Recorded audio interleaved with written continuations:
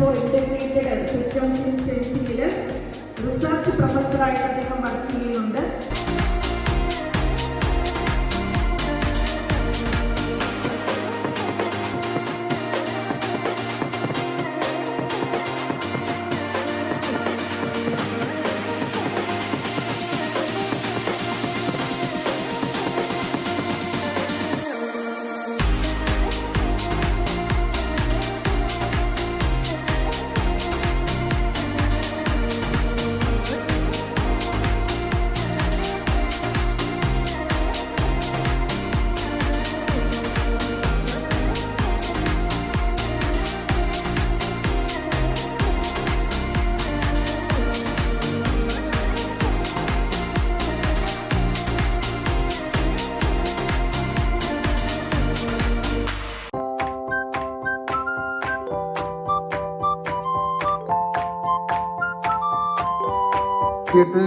അപ്പോൾ BSc അന്നത്തെ കാലത്ത് ഡിസ്റ്റിങ്ഷൻ കിട്ടുക എന്ന് പറഞ്ഞാൽ നിങ്ങൾക്ക് 90% മുകളിലുള്ള അന്നത്തെ കാലത്ത് 75% കിട്ടുക, അതാണ് ഡിസ്റ്റിങ്ഷൻ കിട്ടുക എന്ന് പറഞ്ഞാൽ വലിയ പാടാണ്. കൂടി വന്നിട്ടുള്ള 1-2 സ്റ്റുഡൻസിന് കിട്ടും. അപ്പോൾ എനിക്ക് കിട്ടിയത് 74.3%. അപ്പോൾ 0.7%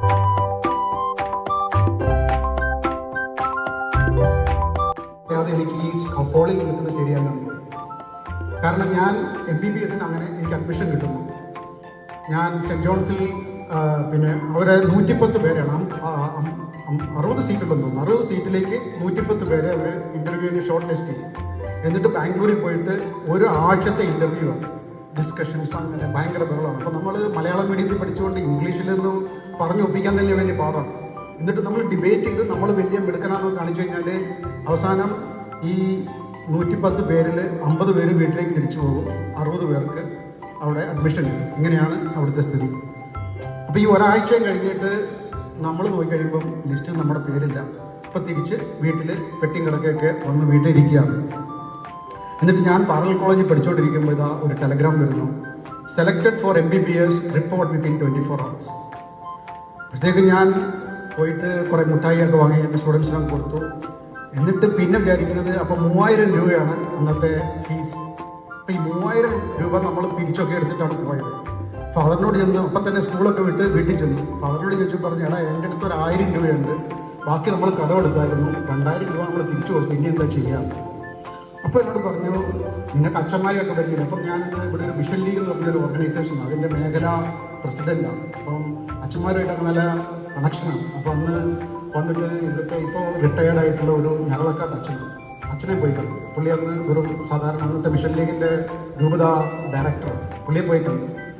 പുള്ളി പറഞ്ഞു, എടാ വലിയ പാടാണ് ഇത്രയും പൈസ ഇപ്പോൾ ഉണ്ടാക്കാനായിട്ട്. അപ്പോൾ ഞാൻ നേരിട്ട് സ്കൂളിൽ നിന്ന് 24 മണിക്കൂറിൽ എനിക്ക് ബാംഗ്ലൂർ എത്തണം. അപ്പോൾ ഇത്ര സമയമുള്ളൂ. അപ്പോൾ അന്ന് വൈകുന്നേരം നേരെ അച്ഛൻ്റെ അടുത്ത് വരുന്നു, അച്ഛൻ്റെ ഒപ്പം താമസിക്കുന്നു. അച്ഛൻ ഇവിടെ അടുത്തെവിടെയോ ഒരു പള്ളിയിൽ കുർബാനയ്ക്കുണ്ട്, അവിടെ എന്നെ ബൈക്കിൽ ഇറക്കി വിട്ടിട്ട് നീ ഒരു കാര്യം പിതാവിനെ പോയി കണ്ടു നോക്ക്, അങ്ങനെയൊക്കെ പറഞ്ഞു. അങ്ങനെ എനിവേ എൻ്റെ കയ്യിലുള്ള കുറച്ച് പൈസയൊക്കെ അവിടെ ആക്കി ചെന്ന് കഴിഞ്ഞപ്പോൾ ഈ ഫാദർ കാട്ടടിയാണ് ഒരു 500 രൂപ എൻ്റെ പേരിലേക്ക് ഹോസ്പിറ്റലിൽ ഈ സെൻറ്റ് ജോൺസ് മെഡിക്കൽ കോളേജിലേക്ക് ഒരു അക്കൗണ്ടിലേക്ക് ഇട്ടുകൊടുക്കും. അത് അപ്പോൾ ഇവിടെ നിൽക്കുമ്പോൾ ഈ മണ്ണിൽ അദ്ദേഹം സ്ഥാപിച്ച ആ നല്ല കാര്യത്തിന് എന്നെ അറിയില്ല, ഞാൻ അദ്ദേഹത്തെ കണ്ടിട്ടില്ല. അപ്പോൾ ആ അദ്ദേഹത്തിൻ്റെ നന്മനസ്സ്, അപ്പോൾ നമ്മളറിയാതെ അദ്ദേഹവും അറിയാതെ ചില നന്മകൾ നടക്കുന്നു. അപ്പം രണ്ടാമത്തെ കാര്യം, ഈ നിഷ്കളങ്കയ്ക്ക് പുറം പരോപകാരം, അതായത് മനുഷ്യനെ സഹായിക്കാനായിട്ടുള്ള ഒരു പ്രവണത, അത് തിരിച്ചു കിട്ടുമെന്നുള്ള, അത് സെൻറ്റ് തോമസിനൊരു സുവിശേഷമുണ്ട്. അത് നമ്മുടെ സഭയിൽ നിന്ന് അംഗീകരിച്ചതല്ല. പക്ഷെ സുവിശേഷത്തിൽ ഒരു കാര്യം പറയുന്നുണ്ട്, നിങ്ങൾ ആർക്കെങ്കിലും കൊടുത്താൽ അത് തിരിച്ചു തരാൻ പറ്റാത്തവർക്കേ കൊടുക്കാവൂ. അത് സാധാരണ പറയുന്ന എല്ലാത്തിനും എതിരാണ്. അതായത് നിങ്ങൾ ആർക്കെങ്കിലും പണം കൊടുക്കുന്നുണ്ടെങ്കിൽ അത് ഒരിക്കലും തിരിച്ചു തരാൻ പറ്റാത്ത ആൾക്ക് തന്നെ കൊടുക്കുക. അതാണ് കാട്ടടിയച്ചൻ ചെയ്തത്. പക്ഷെ അന്ന് തിരിച്ചെടുക്കാൻ പറ്റില്ലായിരിക്കും. പക്ഷേ പലതരത്തിലും ഞാൻ പല കാര്യങ്ങളും ചെയ്യുമ്പോൾ അതെൻ്റെ ഓർമ്മയിൽ വരാറുണ്ട്. അപ്പോൾ ഈ ഫാദർ കാട്ടടിക്ക് ഞാനിവിടെ എൻ്റെ പൂർണ്ണ നമസ്കാരം അല്ലെങ്കിൽ എൻ്റെ നന്ദി ഇവിടെ രേഖപ്പെടുത്തുകയാണ്.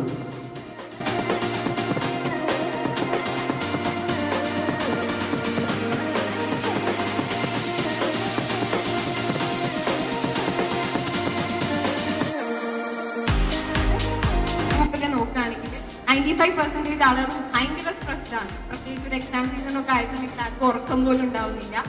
ഈ ഹാർട്ട് ബീറ്റിലുള്ള വേരിയേഷൻസ് അതൊക്കെ ഭയങ്കര ബുദ്ധിമുട്ടായിട്ട് അനുഭവിക്കുന്ന ആളുകളുണ്ട്. ഇതിന് നമുക്ക് എന്താണ് ചെയ്യാൻ സാധിക്കുക? എങ്ങനെയാണ് ഇത് മാനേജ് ചെയ്യുക? അത് കുറച്ചുകൂടെ ബുദ്ധിമുട്ട് പിടിച്ച ക്വസ്റ്റ്യനാണ്.